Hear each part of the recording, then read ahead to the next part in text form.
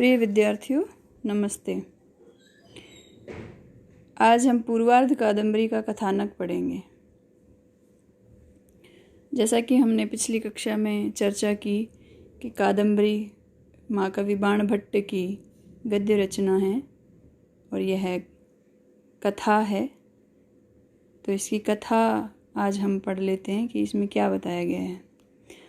तो विदिशा नगरी में शूद्रक नाम का राजा राज्य करता था और एक दिन प्रातः एक चांडाल कन्या पिंजरे में एक वैशंपायन नाम के तोते को लेकर राज दरबार में आई और राजा को भेंट करते हुए बोली, महाराज, ये सुख सभी शास्त्रों का ज्ञाता है, इसे आप अपने पास रखिएगा। सुख ने अपना एक पांव उठाकर राजा का पद्यबद्ध अभिनंदन किया। सुनकर राजा बहुत आश्चर्यचकित हुए और श्याम को उसे अपना संपूर्ण वृत्तांत सुनाने को कहा। तो वैशंपायन ने कहा, महाराज, विंध्याचल के वन में एक पंपा सरोवर के पास एक पुराना सालमली का वृक्ष था। उसमें हजारों तोते रहा करते थे। मेरे माता पिता का भी उसी में वास था, लेकिन दुर्भाग्यवश मेरे जन्म लेते ही मेरी माता स्वर्ग सिधार गई थी। तब से मेरे भरण पोषण का भार मेरे पिताजी पर था। एक दिन प्रातः सबरों का एक दल शिकार खेलते हुए हमारे पेड़ के नीचे से गुजरा, तो उसमें से एक वृद्ध शिकारी पीछे रह गया, जिसने पेड़ पर चढ़कर सभी तोतों को मार गिराया और इसी श्रृंखला में उसने मेरे पिता की भी गर्दन मरोड़कर नीचे फेंक दिया। और मैं चूँकि उस समय बहुत छोटा था, तो मैं भी अपने पिता के पंखों में छिपकर नीचे गिरा, तो मैं बच निकला और भील के नीचे उतरने से पहले ही मैं किसी तरह खिसक कर एक तमाल वृक्ष की जड़ पर जा छिपा। भील उतरकर सभी मृत तोतों को झोले में रखकर चला गया।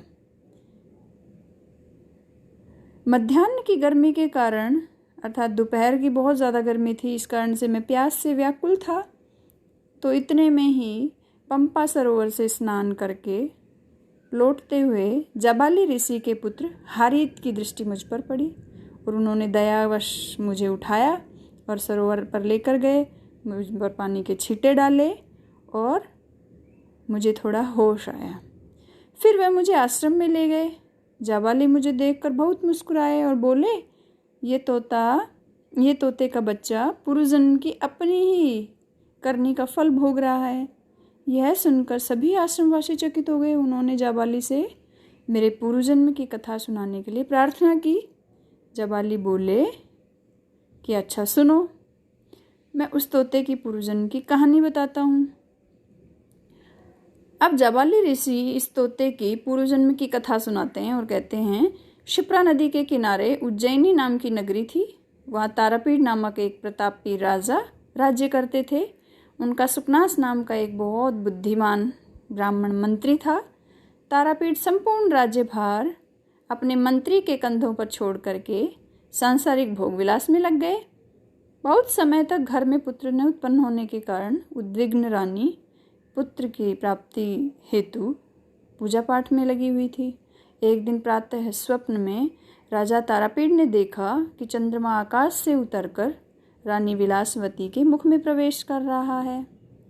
संयोगवश उसी दिन सुकनास ने भी स्वप्न देखा कि एक ब्राह्मण उनकी पत्नी मनोरमा की गोद में एक पुंडरीक कहते हैं श्वेत कमल को रख कर गया है।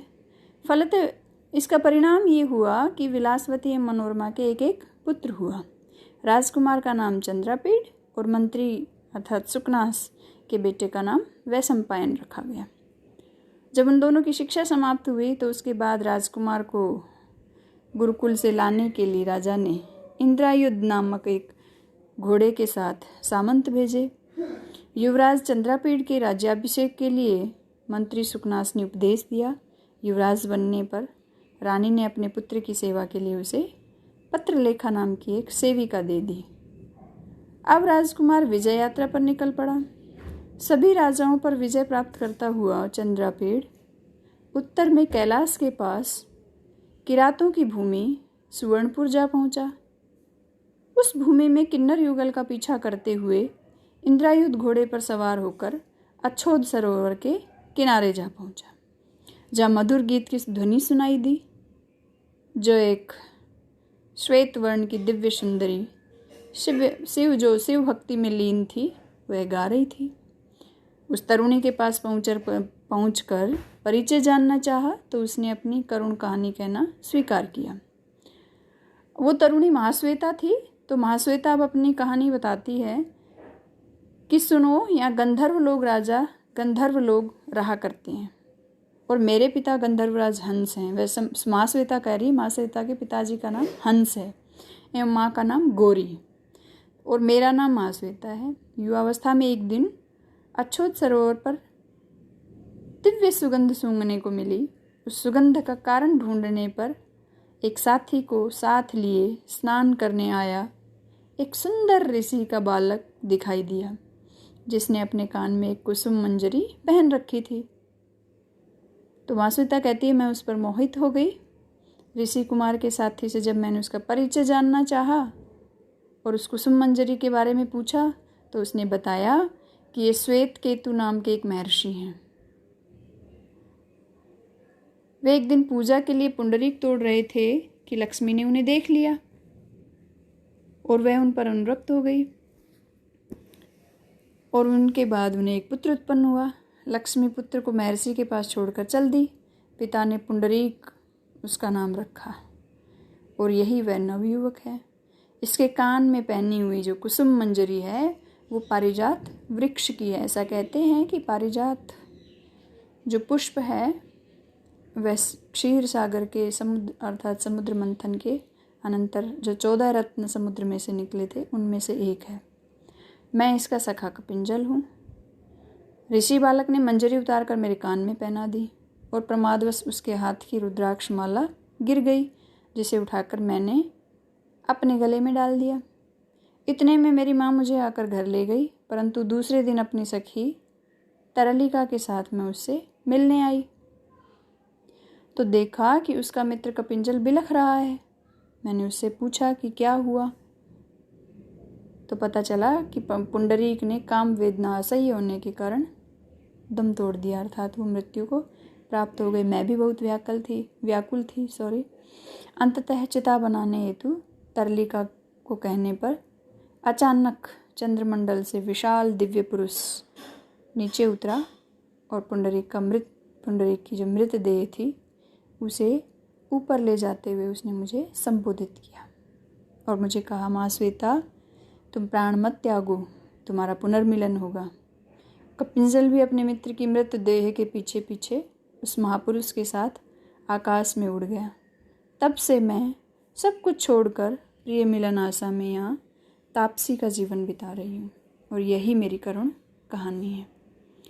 चंद्रापीड़ ने तरलिका के संबंध में पूछा कि वह कहाँ गई है तो वह बोली, उसे मैंने सखी कादम्बरी के पास समझाने हेतु भेजा है। वह गंधर्वराज चित्ररथ की पुत्री है और मेरी करुण दशा देखकर उसने भी तब तक विवाह न करने की प्रतिज्ञा की है जब तक मेरा अपने प्रियतम से पुनर्मिलन नहीं हो जाता। इस तरह से रात्रि अनंतर तरलिका और कादम्बरी का सेवक केयूरक यह कहने के लिए आ गया कि कादम्बरी नहीं मान रही है तो महाश्वेता चंद्रापीड़ को लेकर हेमकूट में कादम्बरी से मिलने गई। चंद्रापीड़ कादम्बरी पर अनुरक्त हो गया, साथ ही पत्रलेखा को कादम्बरी के पास छोड़ दिया और दिग्विजय के बाद वापस लौटने पर चंद्रापीड़ का सभी ने अभिनंदन किया और चंद्रापीड़ पत्रलेखा के आने की प्रतीक्षा करने लगा। जब वह आ गई तो उसने राजकुमार को कादम्बरी की मदन व्यथा का समाचार सुनाया और कहा कि उसने कादम्बरी को वचन दिया है कि वह उसके प्रियतम को शीघ्र उसके पास ले आएगी। ये कथा पूर्वार्ध कादम्बरी की है। कादम्बरी में 2 भाग हैं, पूर्वार्ध और उत्तरार्ध। ऐसा कहा जाता है कि बाणभट्ट ने पूर्वार्ध कादम्बरी रची है और वह मृत्यु को प्राप्त हो गए जब उन्होंने पूर्वार्ध की रचना की तो उसके पश्चात उनके बेटे पुलिंद भट्ट अर्थात भूषण भट्ट, पुलिंद जिसका नाम है, उन्होंने पूर्वार्ध कादम्बरी की रचना की है। इसके पश्चात हम अगले व्याख्यान में उत्तरार्ध कादम्बरी की कथा को पढ़ेंगे। धन्यवाद।